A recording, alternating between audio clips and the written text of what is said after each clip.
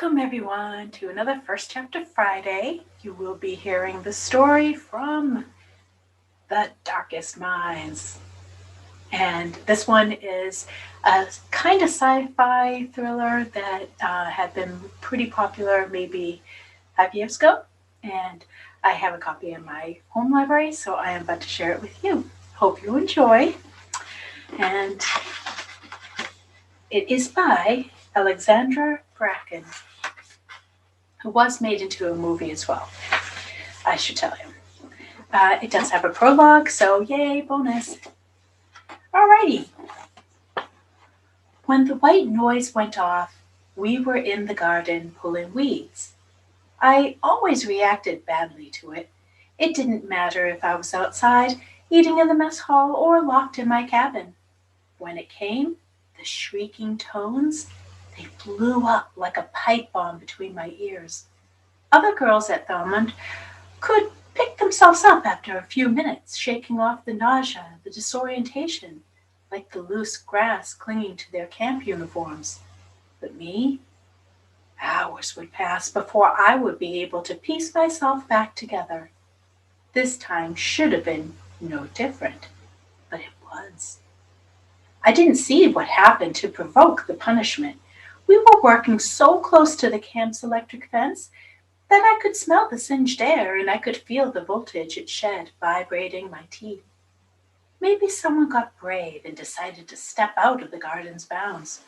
Or maybe, dreaming big, someone fulfilled all of our fantasies and threw a rock at the head of the nearest Psy Special Forces soldier. That would have been worth it. The only thing I knew for certain was that the overhead speakers spurted out two warning blares, one short, one long. The skin on my neck crawled as I leaned forward into the damp dirt. Hands pressed tightly against my ears, shoulders tensed to take the hit. The sound that came over the speakers wasn't really white noise. It wasn't that weird buzz that the air sometimes takes on when you're sitting alone in silence, or the faint hum of a computer monitor. To the United States government and its Department of Psy Youth, it was the love child of a car alarm and a dental drill, turned up high enough to make your ears bleed, literally. The sound ripped out of the speakers, and it shredded every nerve in my body. It forced its way past my hands, roaring over the screams of 100 teenage freaks, and settled at the center of my brain, where I couldn't reach in and rip it out. My eyes flooded with tears. I tried to ram my face into the ground. All I could taste in my mouth was blood and dirt. A girl fell forward next to me, her mouth open in a cry I couldn't hear. Everything else faded out of focus. My body shook in time with the bursts of static, curling in on itself like an old yellowing piece of paper. Someone's hands were shaking my shoulders.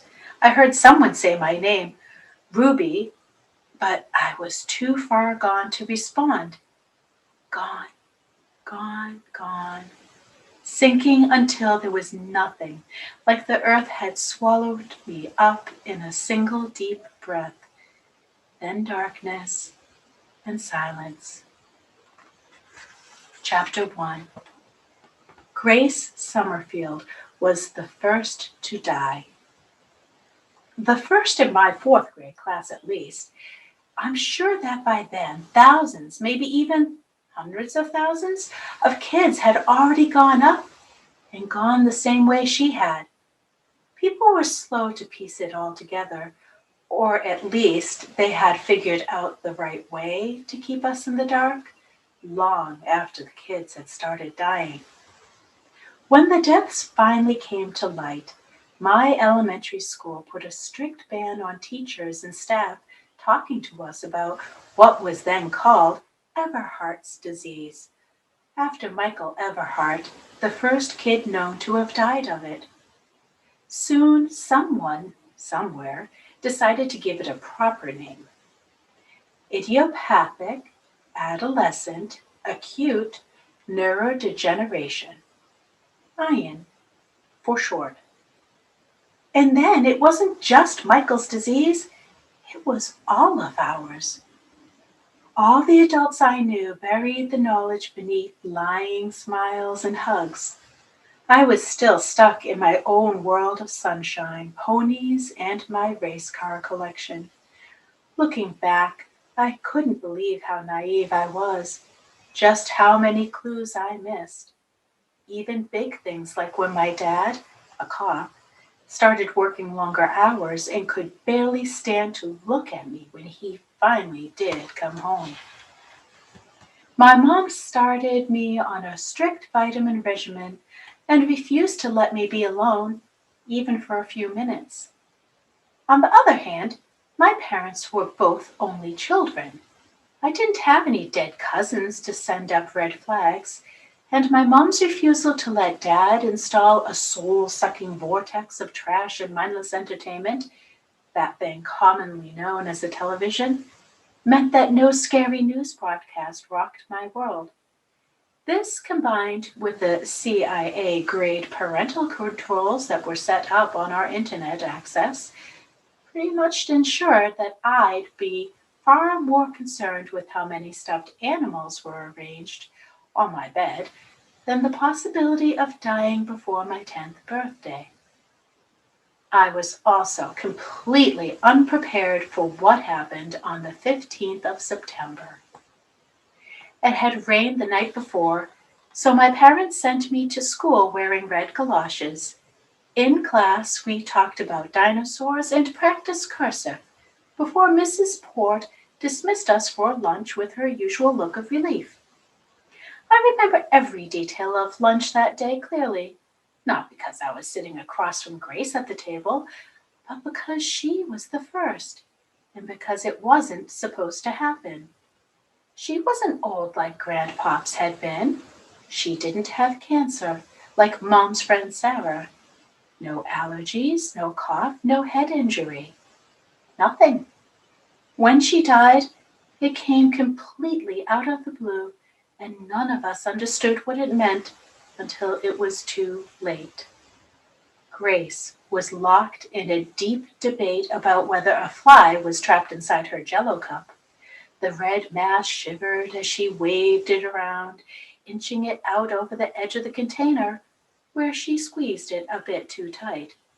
Naturally, everyone wanted to give their opinion on whether it was a fly or a piece of candy that Grace had pushed in there, including me.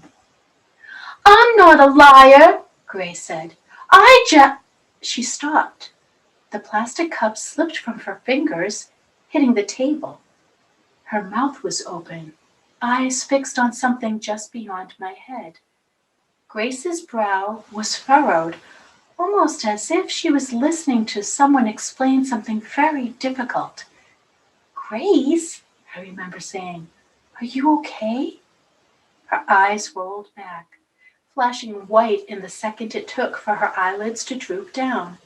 Grace let out a small sigh, not even strong enough to blow away the strands of brown hair stuck to her lips. All of us sitting there froze, though we must have had the same exact thought. "She's just fainted." A week or two before, Josh Preston had passed out on the playground because, as Mrs. Port explained, he didn't have enough sugar in his system. Something stupid like that. A noon aide rushed over to the table. She was one of 4 old ladies with white visors and whistles who rotated lunch and playground duty during the week.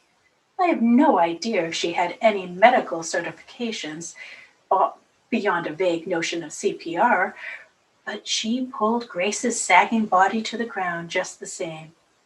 She had a rapt audience as she pressed her ear to Grace's hot pink t-shirt, listening for a heartbeat that wasn't there. I don't know what the old lady thought, but she started yelling, and suddenly white visors and curious faces circled in on us. It wasn't until Ben Cho nudged Grace's limp hand with his sneaker that any of us realized she was dead. The other kids started screaming. One girl, Tess, was crying so hard she couldn't breathe. Small feet stampeded toward the cafeteria door. I just sat, surrounded by the abandoned lunches, staring at the cup of jello and letting terror crawl through me until my arms and legs felt like that they would be frozen to the table forever. If the school security officer hadn't come and carried me outside, I don't know how long I would have stayed there. Grace is dead. I was thinking, Grace is dead? Grace is dead. And then it got worse. A month later, after the first big waves of deaths, the Centers for Disease Control and Prevention released a 5-step list of symptoms to help parents identify whether their kid was at risk for IN. By then, half of my class was dead. My mom hid the list so well that I only found it by accident when I climbed on top of the kitchen counter to look for the chocolate she kept hidden behind her baking supplies. How to identify if your child is at risk. The flyer read. I recognized the flaming orange shade of the paper. It was the sheet Mrs. Port had sent home with her few remaining students just days before. She had folded it twice and fastened it with 3 staples to prevent our reading it. To the parents of Ruby only was written on the outside and underlined 3 times. 3 times was serious. My parents would have grounded me for opening it. Lucky for me, it was already open. Number 1. Your child suddenly becomes sullen and withdrawn and or loses interest in activities they previously enjoyed. 2. She begins to have abnormal difficulty in concentrating or suddenly becomes hyper-focused on tasks, resulting in her losing track of time and or neglecting herself, or others. Number 3. She experiences hallucinations, vomiting, chronic migraines, memory loss, and or fainting spells. Number 4. She becomes prone to violent outbursts, unusually reckless behavior, or serious injury, burns, bruising, cuts that cannot be explained. Number 5. She develops behaviors or abilities that are inexplicable, dangerous, or cause you or others physical harm. If your child demonstrates any of the above symptoms, register him/her at in.gov and wait to be contacted about the local hospital to which she should be taken. When I finished reading the flyer, I folded it back up neatly, put it exactly where I found it, and threw up in the sink. Grams phoned later that week, and in her usual to-the-point Grams way, explained everything to me.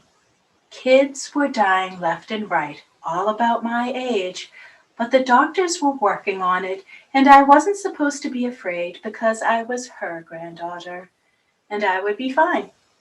I should be good and tell my parents if I felt anything weird. Did I understand? Things turned from bad to terrifying very fast. A week after 3 of the 4 kids in my neighborhood were buried, the president made a formal address to the nation. Mom and Dad watched the live stream on the computer, and I listened from outside the office door. My fellow Americans, President Gray began, today we face a devastating crisis, one that threatens not only our children's lives, but the very future of our great nation. May it comfort you to know that in our time of need, we in Washington are developing programs both to support the families affected by this horrid affliction and the children blessed enough to survive it. I wish I could have seen his face as he spoke, because I think he knew, he must have, that this threat, the crimp in our supposedly glorious future, had nothing to do with kids who had died.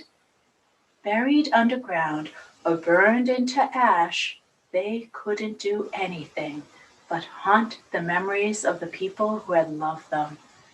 They were gone forever. And that symptoms list, the one that was sent home folded and stapled by teachers, which was aired 100 times over on the news as the faces of the dead scrolled along the bottom of the screen. The government was never scared of the kids who might die or the empty spaces they would leave behind. They were afraid of us, the ones who lived. Ugh! I'm sure you want to know what happens next. I sure would if that's all I knew about the book, but I have read the whole book and I know it is rewarding to pick it up. So I hope you do, and I hope you have a lovely week, and I will see you next Friday. Thanks for watching.